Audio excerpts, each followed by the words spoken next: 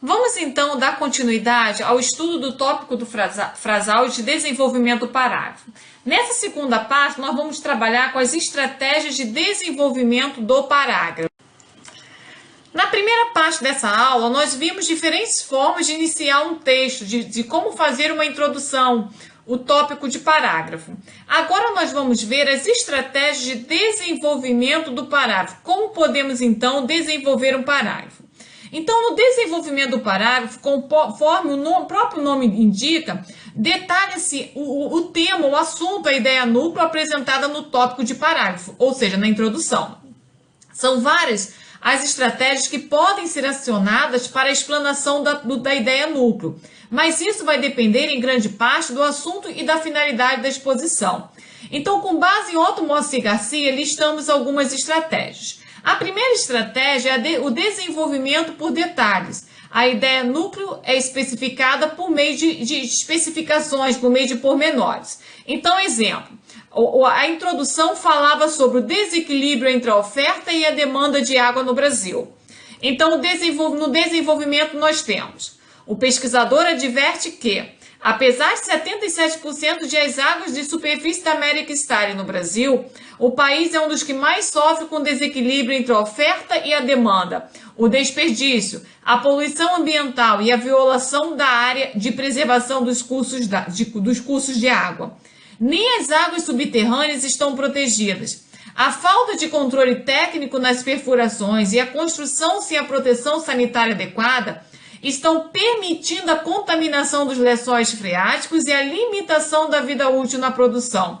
Explica. Então, vocês vejam que nesse desenvolvimento, ele vai especificando por que ele fala que há um desequilíbrio entre a oferta e a demanda de água no Brasil. Uma segunda forma de se desenvolver um parágrafo é por meio do confronto, isto é, confronto entre ideias, fatos e seres.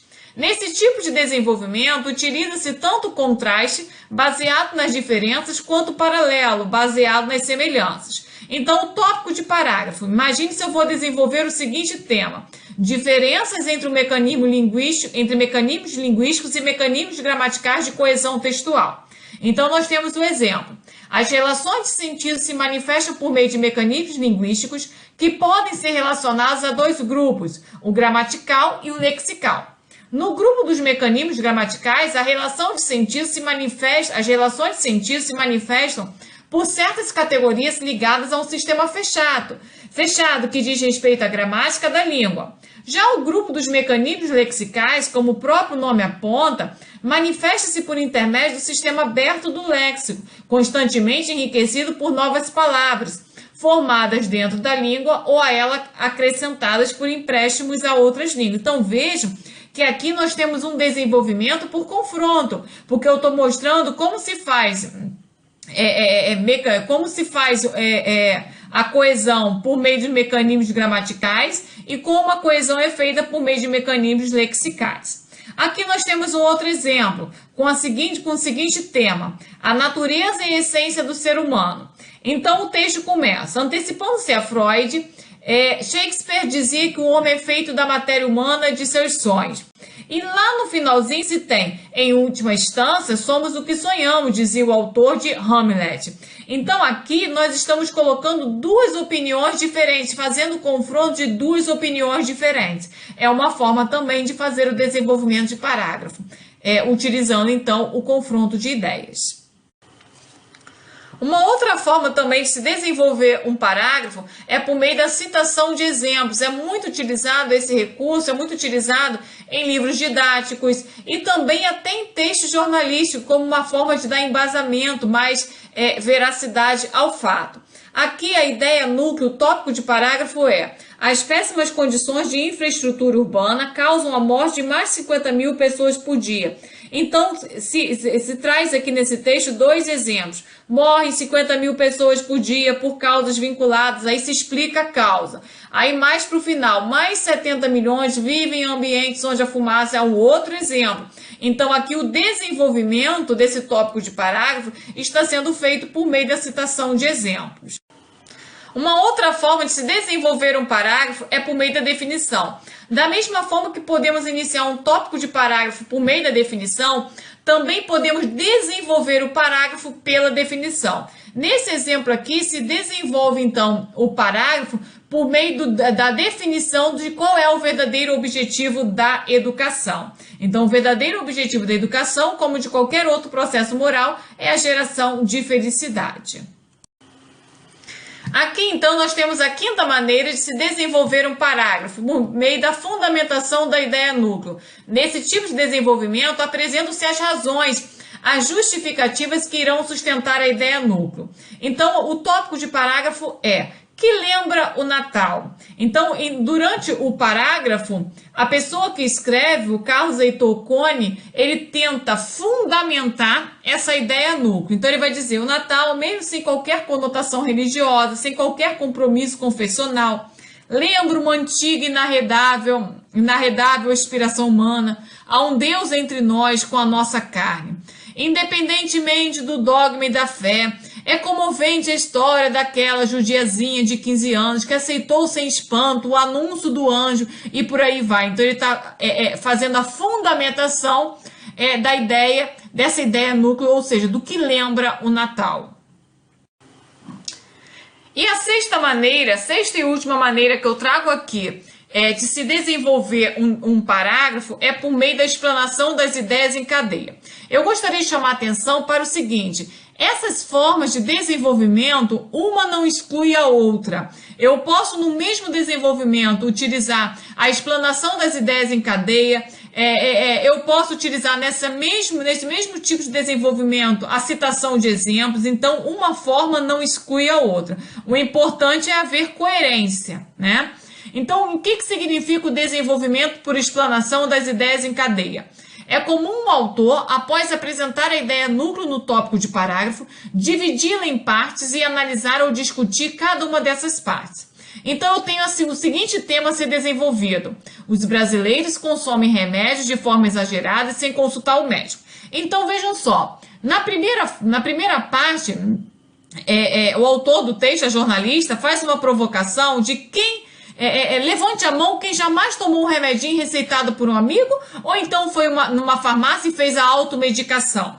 E aí ela vai falando aos pouquinhos de que as pessoas costumam ter uma farmácia em casa, vai falando que nós somos o país, o quarto consumidor de medicamentos e o oitavo mercado do mundo em termos de compra de remédio. Então, assim, ela vai desenvolvendo esse parágrafo por meio da explanação das ideias em cadeia. Se vocês pegarem todo o texto para ler na internet, essa reportagem inteira, ela vai falar sobre a questão da medicação para criança, o fato da pessoa se medicar e acabar tendo efeitos colaterais. Então ela vai fazendo assim, trazendo vários problemas para essa questão da automedicação. Chegamos então a mais uma atividade dessa aula. A seguir, reproduzimos vários trechos de textos a fim de que você identifique a estratégia lógico-expositiva que é utilizada para o desenvolvimento da ideia núcleo. Então, vamos lá. Uma das questões que desafiam a imaginação humana é saber se estamos ou não sozinhos no universo. A NASA afirmou ter descoberto que ao menos uma região da superfície de Marte já esteve impregnada de água. A virtual certeza de que sinais de água seriam encontrados em Marte não basta para diminuir o impacto da descoberta. É só a prova que dá materialidade à suspeita. Além de a própria água ser necessária para a vida como a conhecemos, seu estado de agregação líquido indica que as temperaturas não eram extremas, o que multiplica as possibilidades biológicas no passado do planeta. Aqui nós temos um exemplo de desenvolvimento por fundamentação da ideia núcleo. Procura-se mostrar então que a descoberta de água em Marte é um indício de que no passado houve vida no planeta. Letra B. Durante anos, os brasileiros cresceram ouvindo 3 afirmações de que Deus nasceu por aqui. O Brasil não tem furacões ou terremotos, o brasileiro é um homem cordial e nesta terra não existe racismo. É uma opinião forjada pelas histórias do cotidiano. No Rio Grande do Sul, um jovem negro de 19 anos foi atropelado por uma BMW. O motorista branco não socorreu E o rapaz alegando tratar-se de um negro numa bicicleta roubada. Não socorreu o rapaz alegando tratar-se de um negro numa bicicleta roubada. O mesmo argumento serviu ao neurologista, também branco, para justificar a demora no atendimento ao rapaz que foi levado ao hospital Nossa Senhora das Graças em Canoas. É um texto de 1996. Aqui nós temos então o desenvolvimento por meio da citação de exemplos, ou seja, a fim de argumentar contrariamente à tese de que no Brasil não existe racismo. A letra C. Para a gente entender a maldade, é preciso entender antes os dois poderes de que somos feitos. Somos feitos de uma mistura de amor e de poder. Amor é um sentimento que nos liga a determinadas coisas e vai desde o simples gostar até o estar apaixonado. O amor quer abraçar, ficar perto, proteger. Amo meu cachorrinho, quero brincar com ele, tenho saudade dele. Se ele morre, eu vou chorar. Gosto da minha casa. Aqui nós temos o desenvolvimento por meio da definição, articulado com a apresentação de exemplos. E por fim, a letra D. A ciência aplicada pode fazer muito bem, mas também muito mal. Por exemplo, as reações nucleares no Sol geram a energia que é fonte de vida na Terra. Mas a energia nuclear é também a das bombas que foram lançadas sobre Hiroshima e Nagasaki. A mesma ciência pode nutrir a vida, mas também destruí-la. É capaz do melhor e do pior. As mesmas técnicas podem engendrar imensos benefícios, mas também provocar calamidades devastadoras. Aqui, então, nós temos o desenvolvimento por confronto a partir também da citação de exemplos. Então, como vocês veem, uma forma não exclui a outra.